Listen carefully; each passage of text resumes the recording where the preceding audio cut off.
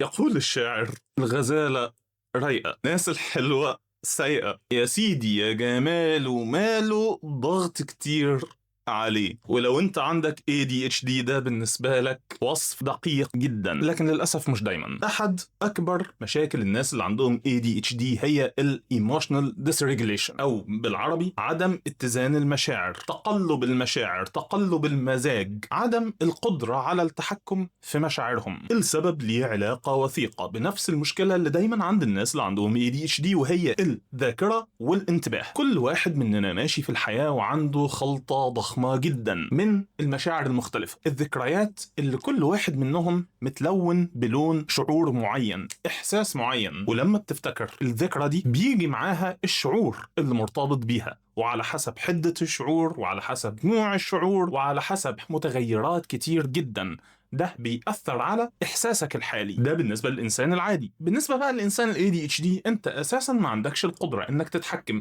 تفتكر إيه تفتكره إمتى، وكمان ما عندكش القدرة إنك تنتبه بالضبط نوع الشعور اللي جه مع الذكريات دي ايه. يعني تبقى قاعد في اجتماع مثلا بتناقش خطة عمل مهمة جدا جدا جدا، وفجأة يحصل تريجر، حاجة مش بالضرورة انت عارف ان هي دي التريجر بتاعك، مثلا صوت طبلة معينة، ريحة برفيوم معين حد كان قاعد جنبك في الاجتماع، او كلمة او نكتة. مجرد ما التريجر ده حصل، جزء من انتباهك وعقلك الغير واعي بيبدأ يفتكر الحاجة اللي ليها علاقة بنفس التريجر ده. تريجر يعني زناد المسدس، اللي هو بتضرب التريجر فالطلقة تطلع، وفجأة تلاقي نفسك لون مشاعرك بالكامل اتغير. انت ما بتبقاش مدرك ايه اللي حصل حينها، انت فجأة اللي انت عارفه انك انا فجأة بقيت متضايق. فعقلك الواعي بيتصرف ازاي مع التغير المفاجئ في حالتك الشعورية؟ بأسرع ما يمكن بيقرر ان هو يتوتر، وتلاقي ان انت فجأة بدون اي سبب منطقي بالنسبة لك متوتر، حاسس بانكزايتي. ايه اللي بيحصل اول ما اللعبكه او الايموشنال ديسريجيليشن ده بيحصل؟ كل كفاءتك الانتاجيه والعقليه بتنزل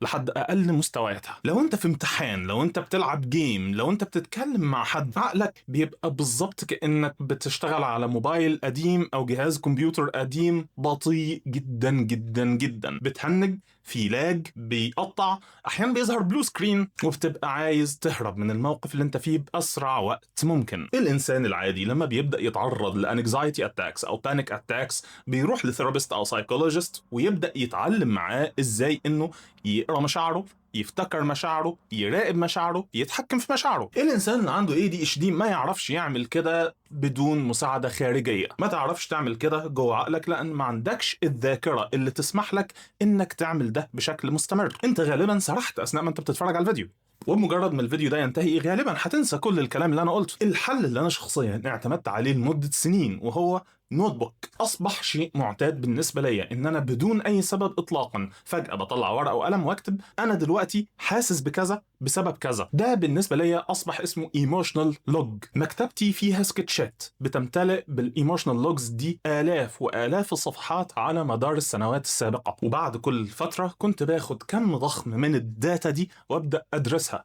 اشوف ايه اللي بيتكرر، افهم ايه التريجرز بالنسبه ليا، ايه اللي حصل. لان عقلك العادي ما عندوش الذاكره اللي تسمح له انه يعمل ده، لازم يبقى فيه مساعده خارجيه. وعلى مدار الفتره الطويله اللي كنت بساعد فيها ناس بشكل مباشر ك ADHD كوتش او ك accountability كوتش او حتى ككونسلتنت، كنت بشرح لهم ان اهم حاجه يبتدوا بيها الرحله بتاعتهم هي التدوين. اللي منهم قدر يلتزم بده بعد شهور شاف نتيجه المجهود القاسي اللي فعلا انت بتحتاج انك تبذله، ولكن النتيجه حقا تستحق. لأن لو استخدمنا نفس التشبيه بتاع أبيات الشعر اللي في أول الفيديو، أنت لأول مرة في حياتك بتتعلم تسوق بنفسك، وتتعلم تسوق فين، وتعرف أنهي شوارع لما بتسوق فيها بيوديك لأنهي مناطق في خريطة المشاعر بتاعتك، الإيموشنال ماب بتاعتك. مشاعر الإنسان لها خريطة واضحة للغاية، وزي ما أنت ما ينفعش تتحرك من ليبيا للسعودية بدون ما تعدي على مصر مثلا، عقلك وحالتك النفسية كمان ما ينفعش إنك تحاول تتحرك من حالة التوتر، الخوف، الارتباك اللي أنت بتكون فيها لحالة الهدوء والاستقرار والاتزان النفسي بدون ما تعرف إنك في النص لازم تعدي على حالة غضب. وده كاونتر انتويتيف، يعني مش حاجة منطقية الإنسان بيعملها بشكل فطري، لأن الإنسان بطبيعته بيحاول يهرب من الغضب، فبتكون النتيجة إنك بتدخل نفسك في دوامة لو ما تعلمتش إنك تتحرك في اتجاه الغضب بإرادتك علشان تعبر منه للهدوء والاتزان النفسي بتفضل تايه في دوامة منتظر الارتباك الكيميائي اللي حصل في عقلك فجأة بسبب تريجر خارجي إنه يتزن لوحده، وده مش دايما بياخد الوقت اللي نملكه.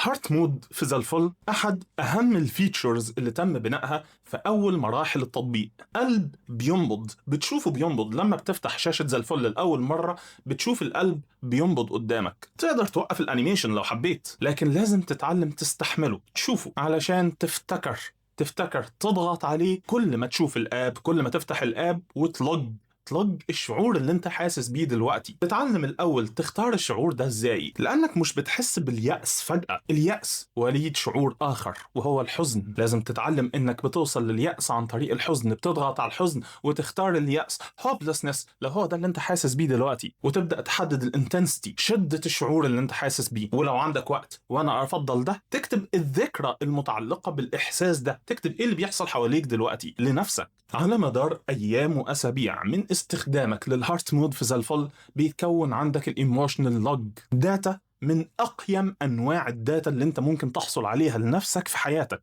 لأنك لو عندك ADHD وعمرك ما شفت ده قبل كده، لأول مرة في حياتك هتشوف الخريطة اللي عقلك دايما كان بيحركك فيها، وتقدر تشوف بالظبط الساينس والليتراتشر بيقولوا لك ايه عن الباترنز دي، عن القوالب دي، عن التحركات دي، لانك مش بتخترع العجله من اول وجديد. الايموشنال اناتومي او التشريح العاطفي للانسان والمشاعر الانسان متشابه جدا جدا جدا، ولكن زي ما في انسان بيعرف يروح الجيم ويمرن تشريحه العضلي علشان يكون عنده بنيه قويه تساعده ان هو يعمل اللي هو عايزه في الحياه ويكون لائق عضليا وجسديا، انت بتحتاج نفس المهاره دي علشان تفهم التشريح العاطفي بتاعك وتتعلم تمرنه. وعند مرحلة معينة توصل إن الغزالة لو ما كانتش رايقة تبدل أنت السواق وتجيب الناس الحلوة وتبقى هي اللي سايقة. والله أعلم.